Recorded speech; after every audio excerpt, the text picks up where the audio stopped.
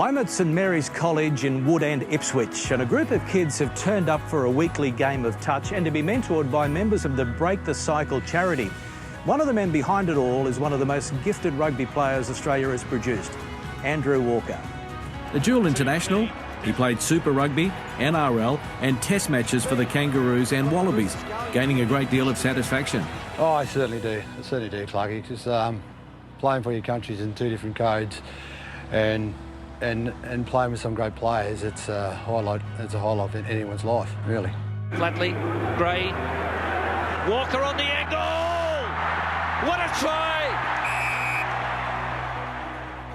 The highlight of my life is putting on the green and goal of the Wallabies, and I think I've done that in front of 110,000 people. That was the highlight of my life. You had a great career, but it could have been better.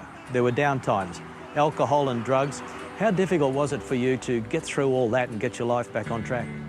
You don't really find it until you really lost something, really, and you find out your real mates and your real friends are. And I knew what was right and wrong, but didn't really take football too serious back then. I just really had a lot of fun with it. That was the thing. And if I really had a good mentor myself to role model me, I reckon I probably would have been a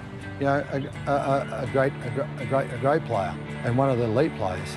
So do you feel let down, the fact that, there was no one there to mentor you? Not really, hey, because it was a life lesson. It was a life lesson for me. I didn't really care when I was young, but now I realise, if I can, if I can really put a kid in my shoes these days, but he's moving forward in life, I think I can help him a lot. Well, you're working with a charity called Break the Cycle. Tell us about that. My wife's got a good friend at school, and her daughter hung herself when she was the age of 14, and she had no family back home to grieve to. To have a young kid being bullied at school and to come home and couldn't really face, talk to their parents about it, it's pretty shattering, you know what I mean? So that's why my wife and I done this charity, so we can just break the cycle of depression and mental illness. There's not many kids go and talk to their parents these days, especially the young ones. They'd rather speak to someone else. Come down here, we give them a game of touch footy. We go and play some ping pong, pool table, and we give them a feed. After that, a barbecue, and they really love it. Well, you're a fit 40-year-old. You're still playing footy, mate. The body will probably tell me when they're hanging the boots up, because it's a good thing, waking up feeling healthy and having what I've done in my career and having what I'm doing now.